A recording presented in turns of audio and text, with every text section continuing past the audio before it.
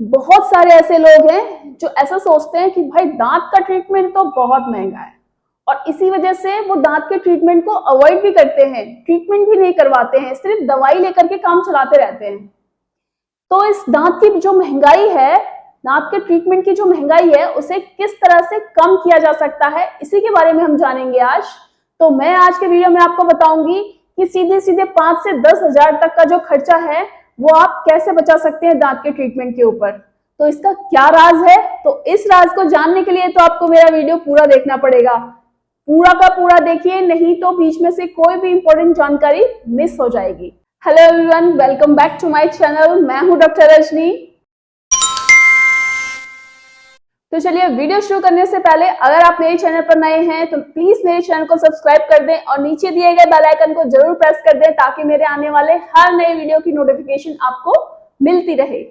तो भाई ये तो सब जानते हैं कि डेंटल का ट्रीटमेंट जो होता है वो बहुत महंगा होता है, चाहे फिर वो कोई भी ट्रीटमेंट हो, चाहे वो इम्प्लांट लगवाना हो, चाहे ब्रिज लगवाना हो, चाहे रूट कैनाल ट्रीटमेंट या आरसीटी करवानी हो, चाहे कोई भी ट्रीटमेंट हो, उसमें कम से कम 5,000, 10,000, 20,000 या 50,000 तक का भी खर्चा आ सकता है।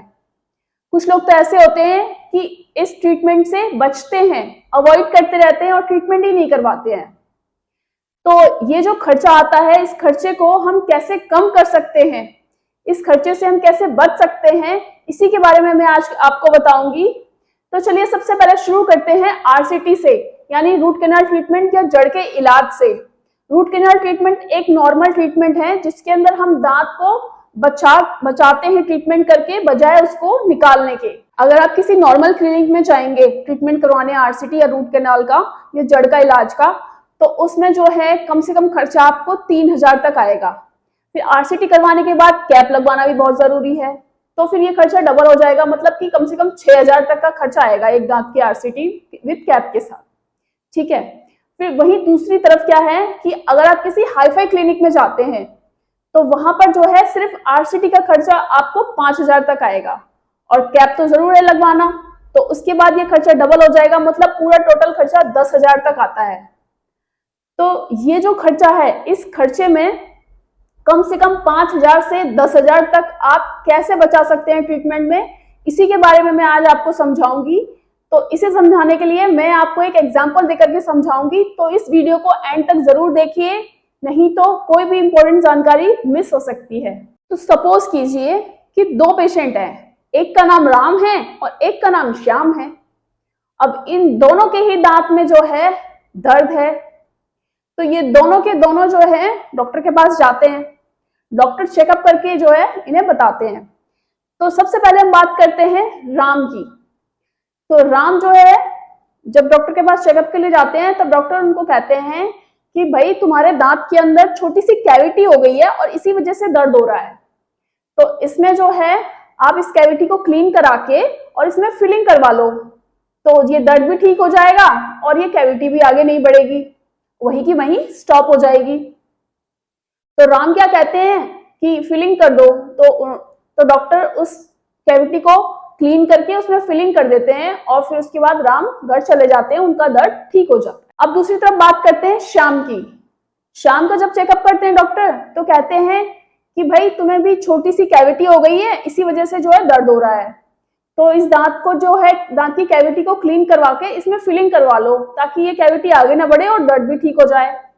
तो श्याम कहते हैं कि ठीक है डॉक्टर साहब, मैं करवा लूंगा, लेकिन अभी तो मुझे सिर्फ दर्द की दवा दे दो, मैं बाद में करवा लूंगा ये ट्रीटमेंट। तो डॉक्टर साहब तो दवाई दे देते हैं दर्द की, और जो श्याम है वो घर चले जाते हैं और उनका दर्द ठीक हो जाता है मेडिसिन लेने से। लेकिन लगभग 4 से 6 महीने के बाद फिर से श्याम को दर्द होता है। अब फिर से श्याम जो है डॉक्टर के पास आते हैं कि डॉक्टर साहब मुझे तो फिर से दर्द हो रहा है इस दांत के अंदर, अब बताइए क्या करें। तो डॉक्टर साहब कहते हैं कि अब जो आपकी पहली कैविटी जो छोटी सी थी अब वो डीप हो गई है, अगर आप अभी इसकी फिलिंग नहीं करवाएंगे तो कुछ टाइम के बाद ये जो कैविटी है पल्प तक पहुंच जाएगी, उसके बाद सिर्फ फिलिंग से काम नहीं चलेगा, तब आपको इसमें आरसीटी यानी रूट कैनाल ट्रीटमेंट या नस का इलाज जो कहते हैं वो करवाना पड़ेगा। तो श्याम कहते हैं कि डॉक्टर साहब ठीक है ट्रीटमेंट तो करवा लूंगा, लेकिन फिलहाल मुझे अभी बहुत ही जरूरी किसी काम से जाना है, तो आप मुझे सिर्फ मेडिसिन दे दो, मैं बाद में ये ट्रीटमेंट जरूर करवा लूंगा। तो डॉक्टर साहब फिर से उसे दवाई दे देते हैं और शाम घर जाके वो मेडिसिन ले लेते हैं और उसकी जो दर्द है वो ठीक हो जाता है। अब कुछ टाइम के बाद, लगभग 3 से 6 महीने के बाद, जो श्याम है फिर से डॉक्टर के पास आते हैं। अब जो श्याम है उनके जो दांत में दर्द जो था वो बहुत ज्यादा था और उस जगह पे सूजन आ गई थी। तो अब श्याम कहते हैं कि डॉक्टर साहब अब इसका कुछ करो, मुझे तो बहुत सूजन आ गई है और दर्द भी बहुत हो रहा है।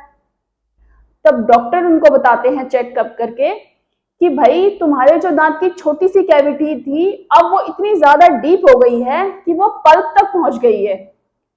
तो अब इसमें फिलिंग से काम नहीं चलेगा, अब इसमें आपको आरसीटी करवानी पड़ेगी, यानी रूट कैनाल ट्रीटमेंट या फिर जड़ का इलाज जो कहते हैं वो करवाना पड़ेगा।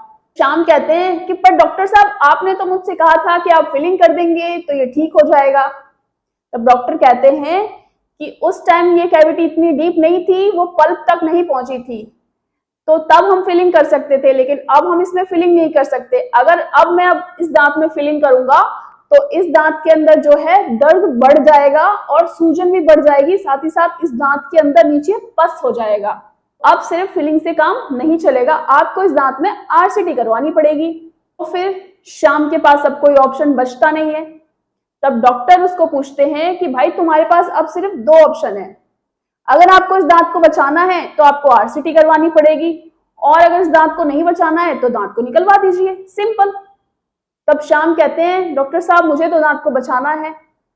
तो फिर डॉक्टर उसमें आरसीटी कर देते हैं। अब आरसीटी हुई है तो भाई उसमें कैप भी लगवानी पड़ेगी, इसका मतलब खर्चा जो है डबल। तो ऐसे में क्या होता है कि जब अगर मान लो श्याम गया है किसी नॉर्मल क्लिनिक पे तो कम से कम उसे 6,000 तक का खर्चा आएगा आरसीटी और कैप के साथ। लेकिन अगर वो किसी हाईफाई क्लिनिक में गया है तो 5,000 तो डॉक्टर ले लेगा आरसीटी करने के और 5,000 ले लेगा कैप लगवाने के, तो फिर टोटल खर्चा हो गया 10,000।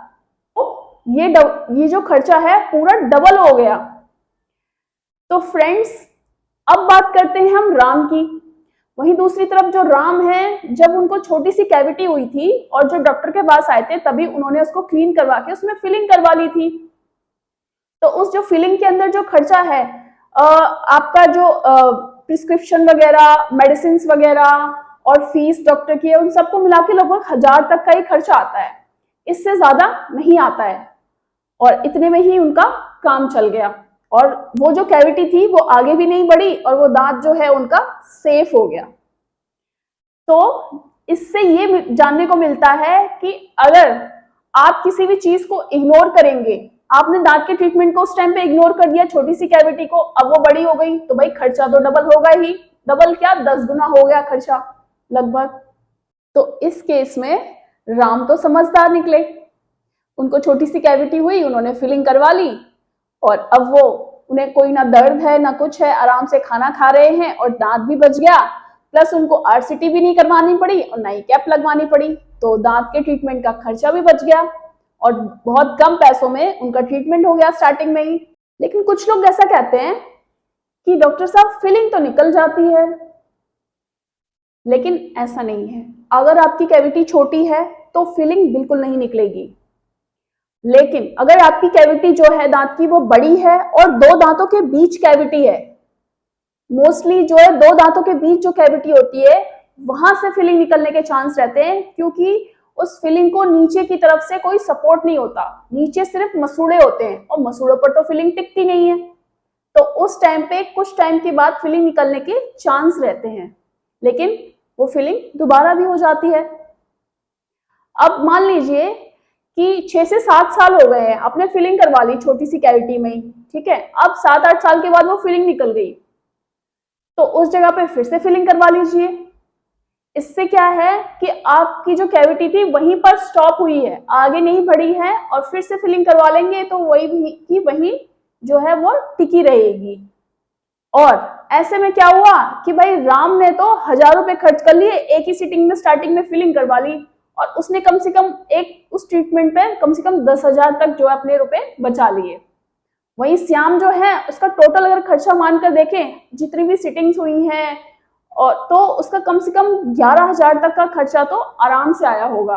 तो इस तरह से आप किसी भी ट्रीटमेंट पे 5 से 10,000 तक का खर्चा जो है वो बचा सकते हैं। लेकिन कुछ लोग ऐसे होते हैं कि आपके दांत में प्रॉब्लम हुई, उसको इग्नोर करते रहते हैं, दांत के दर्द की दवाई ले ली, चला लिया, और उसके बाद उसको देखा ही नहीं। लेकिन धीरे धीरे ये प्रॉब्लम इतनी ज्यादा बढ़ जाती है, ये खर्चा जो है वो 10 गुना हो जाता है। तो अब ये मत कहिएगा कि भाई दांत का ट्रीटमेंट तो महंगा होता है। हम खुद ही अपनी लापरवाही की वजह से जो है उस दांत का जो खर्चा है, दांत के ट्रीटमेंट का जो खर्चा है वो बढ़ा देते हैं। तो आई होप आपको इस वीडियो से समझ में आ गया होगा एग्जाम्पल के थ्रू कि आप जो है किसी भी दांत के ट्रीटमेंट पे 5 से 10,000 तक का खर्चा कैसे बचा सकते हैं। तो मेरे इस वीडियो को लाइक जरूर कर दें और अपने फैमिली और फ्रेंड्स में भी जरूर शेयर करें, ताकि वो भी दांत के ट्रीटमेंट पे जो है 10,000 तक का खर्चा बचा सके। तो ऐसे ही नए नए वीडियोस के साथ मिलते रहेंगे, तब तक के लिए नमस्कार।